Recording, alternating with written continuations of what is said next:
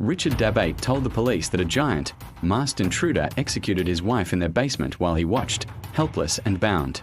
It was a story designed to evoke immediate sympathy, the tragic tale of a home invasion gone wrong just 2 days before Christmas. But Richard's narrative had a single, fatal flaw.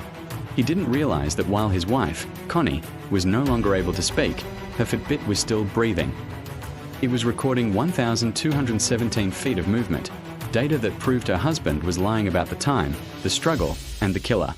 The silent witness in this case wasn't a person.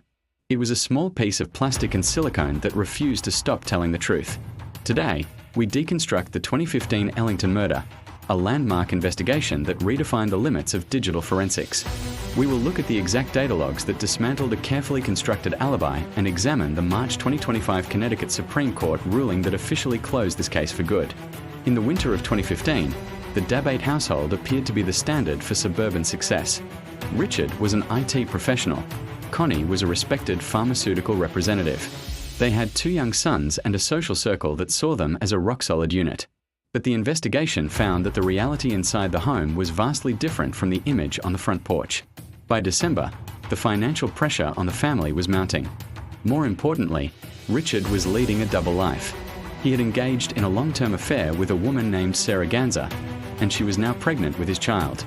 Investigators discovered that Richard had promised Sarah he was in the process of divorcing Connie, while simultaneously telling Connie they were working on their marriage. He was a man caught between 2 worlds, and the walls were closing in.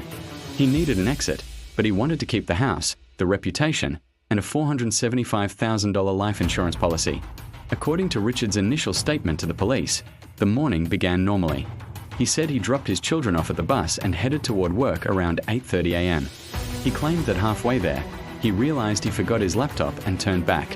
When he arrived home at 9 a.m., he said he encountered a 6'2" intruder dressed in camouflage and a mask. Richard claimed the intruder chased Connie into the basement and shot her with Richard's own .357 Magnum. When police arrived at 10:16 a.m., they found Richard tied to a folding chair in the kitchen. He had a zip tie around one wrist and one ankle. He told them he had struggled with the giant and had been tortured with a torch and a knife. The house was filled with smoke from a small fire Richard said the intruder started. State police detectives began to notice inconsistencies almost immediately. There was no sign of forced entry. The family's large dog hadn't barked. Most notably, the police bloodhound, Rocky, could not find any scent of an intruder leaving the property. Instead, the dog kept circling back to Richard. But the true breakthrough came from Connie's wrist. Connie had been an avid runner, and she wore her Fitbit 1 religiously. When analysts pulled the data from her device, the timeline Richard provided collapsed.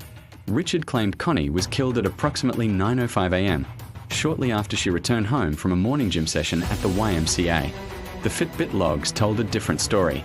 Between 9:18 a.m. and 9:24 a.m., the time Richard claimed she was already dead, Connie's Fitbit recorded her walking. It recorded movement at 9:34, 9:54, and as late as 10:05 a.m. In total, Connie traveled over 1,200 feet inside the house during the hour Richard said she was motionless in the basement. This wasn't a glitch.